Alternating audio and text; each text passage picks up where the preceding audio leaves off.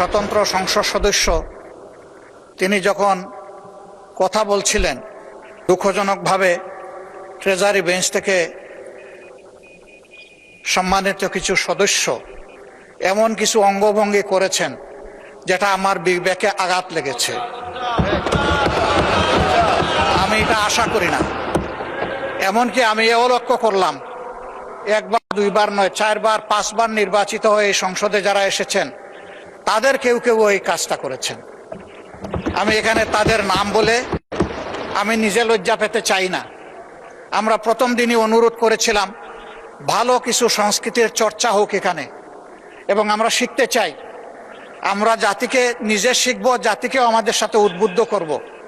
মাননীয় স্পিকার, আজকে 2 বারই লক্ষ্য করলাম যে ট্রেজারি বেঞ্চ যেখানে আপনাকে সবচেয়ে বেশি সহযোগিতা করার কথা, সেখানে আপনি বারবার অনুরোধ করা পক্ষেও তিনারা চালিয়েই যাচ্ছেন। আপনি মাইক দেন নাই, তারপরেও সংসদে কি হচ্ছে আমরা কিছুই বুঝতে পারছি না।